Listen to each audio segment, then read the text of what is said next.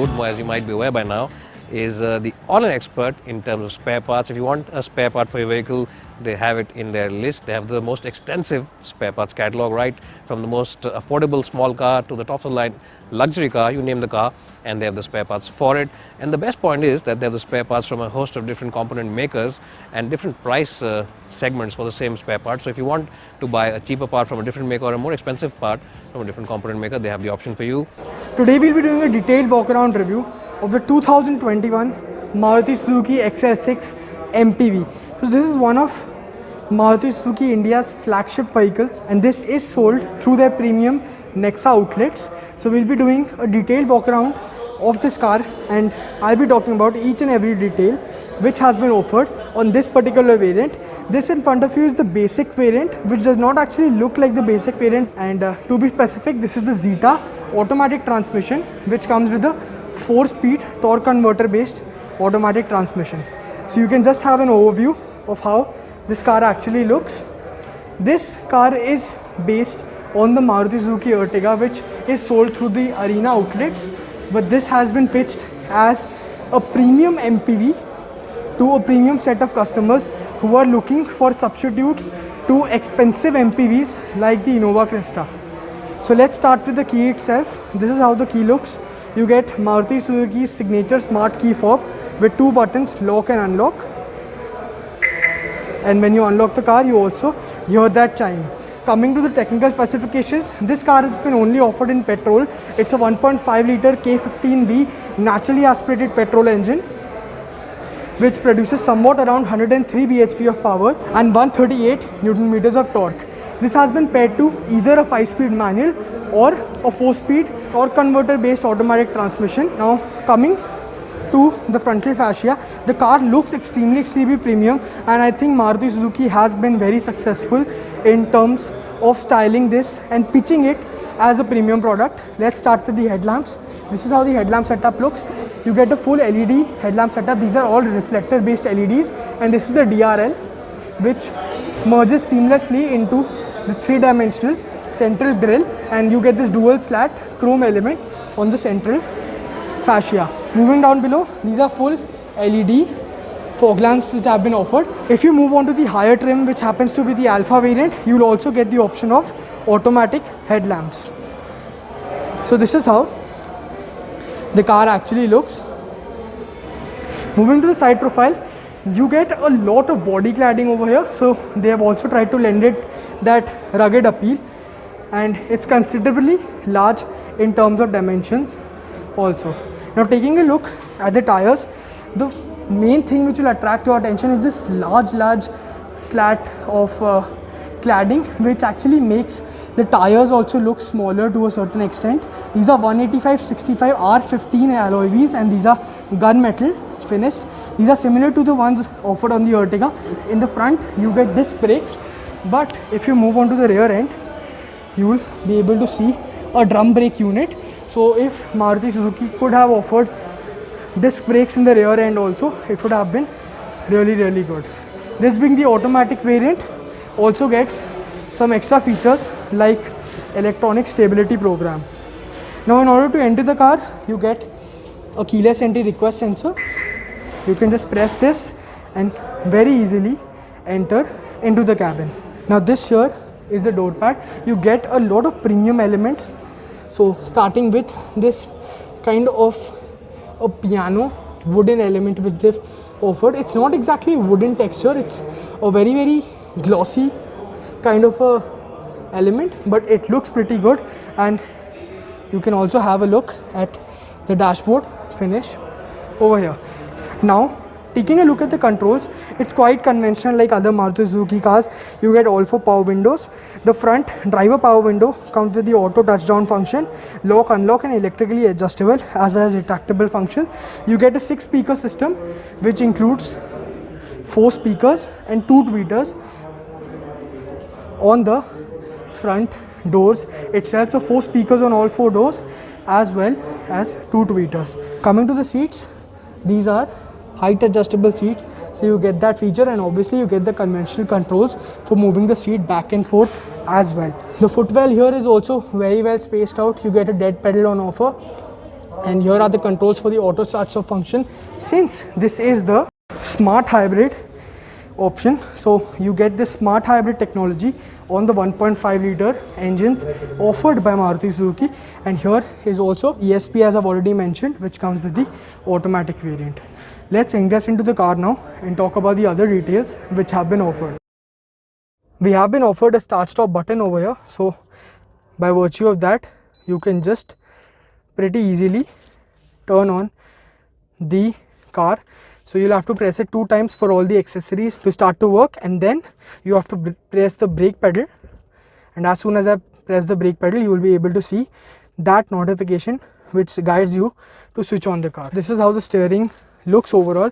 We get the option of steering adjustments obviously, which is only for tilt on this car surprisingly, and not telescopic, which might be a certain issue with some buyers.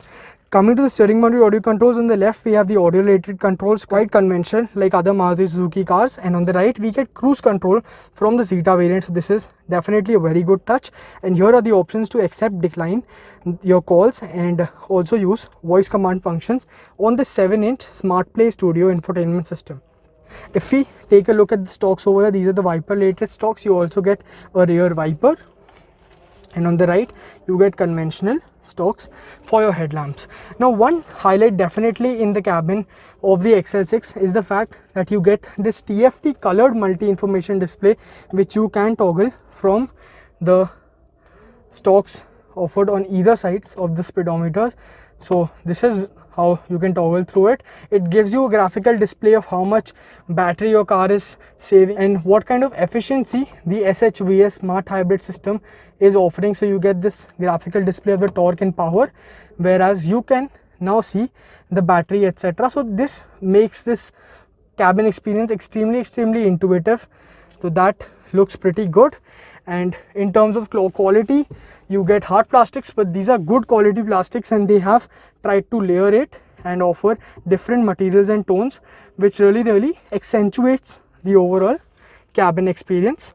As you move to the center console, you get this tablet like display which gets this 3D effect. It's the Smart Play 3D infotainment system, which is a 7-inch in terms of dimensions. You get Android Auto as well as Apple CarPlay over here on this as well. Capacitive buttons have been offered for volume, etc. This offers a host of functions, but yes, is similar to the ones offered on other Maruti Suzuki cars as well. Moving down, you get the hazard light button, and this is the automatic climate control unit. It's a single zone climate control, but the good thing I liked over here is that you get designated buttons for front and rear defoggers, which makes it very convenient for the driver, and a 12-volt charging socket as well as an aux and USB output has been placed in the center console itself. These cup holders, however, are cooled, so you can just switch this on and your drinks will remain cool, and even in terms of practicality it's pretty good. Now, this being the Zeta variant does not get reverse parking camera, so no reverse parking camera has been offered, but the display for reverse parking sensors has been integrated into the MID. This is a slidable armrest with a small amount of storage space as well. And one peculiar touch over here is the fact that you get this continuous strip of AC vents. So this part is not really functional, but this gives you that seamless look and looks really futuristic. And even the quality of plastics, as I mentioned, is quite decent. The glove box here, however, is slightly small, but can house your knickknacks and documents pretty easily. The IRVM is manually dimming, and even the sun visor, etc. is pretty simple with a vanity mirror on offer for the passenger. This IRVM is manual, and a sunglass holder as well as halogen dome lamps have been placed. No sunroof or anything of that sort has been offered in this car. So this was all about the front end. Let's move to the rear seating space and talk about the comfort which this car offers. Moving to the side profile and rear end now, you have been offered these really bulky roof rails, and you can just have a look at the glass area. You get a very large glass area, and that adds to the roominess which this car offers. The door itself is pretty wide, and you get the conventional power window controls as well as the speaker placement over here. Let's just ingress into the car now. So now that particular reason for which people prefer XL6 over the Ertiga is the fact that you get captain seats over here, and these are almost as good, or in fact even better than the front seats in the front row, in the first row. So that really acts in favor of the XL6. You get a host of adjustment options. So the front seat has been set to my height. My height is 5 feet and 10.5 inches, but still I can just adjust this according to my height and according to my whims and fancies, which really makes this a perfect choice for large families. Moving down, you get a 12-volt charging socket as well as rear AC vents, and you can adjust the blower speed. So this acts as a blower but is pretty good in terms of cooling. And obviously in the second row you will only be able to seat 2 passengers, and you get this aisle to access the third row of this car. So in terms of comfort, this second row is top notch. These captain seats have these handrests as well, which really make this a very plush and comfortable place to be in. Let's access the third row of the car now. So now in order to access the third row, you get this folding option. You can just tumble this down and can pull this forward. So this is a way to enter into the third row, or else you also can use the central aisle between the captain seats. So here I am in the third row of the XL6, and this is how the seat can be adjusted. Now this seat, if brought back, does give me good amount of knee room. So you can take a look at the maximum and minimum leg room. So this is the maximum knee room I can have in the third row, whereas this is the minimum knee room. So if a person of about 5 feet 6 to 5 feet 7 inches sits over here, he'll be quite comfortable. For short journeys, for long journeys, kids can be seated over here pretty comfortably. So this third row can seat adults but of a short height for short journeys. But if you want to seat people for long journeys, this is best suitable for kids. A 12-volt charging socket as well as cup holders have been offered on either sides of the third row seats. So this was all about the interiors of the XL6. Diving straight onto the rear fascia now, this is how the rear end of the XL6 looks. You get this LED strip which has been placed along with some halogen elements for the indicator as well as the reverse lamp. So this unit is LED, which looks great at night and would somewhat remind you of a Volvo. You get vertically mounted reflectors as well as 4 parking sensors and this heavy cladding finish on the lower bumper. And this is the amount of boot space you have on offer. You can put about 2 small suitcases, small baggages, and you can further expand this storage by removing these tiles and putting your luggage under the floor bed of the boot, because the spare wheel of the car has been mounted below,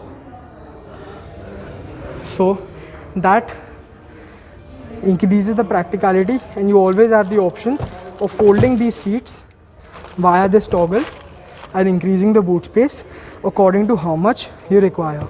The insulation and wires etc. have been hidden quite well, so there is no cost cutting done on that aspect, and a wiper as well as an indicator defogger and a hand mounted brake stop lamp has been placed over here. So this was all about the rear end of the XL6 Zeta variant. So guys, thank you so much for watching this video. If you like this video for any reason, do not forget to give this a thumbs up and also subscribe to our channel Ashish Masi Cars. Thank you so much for watching this video.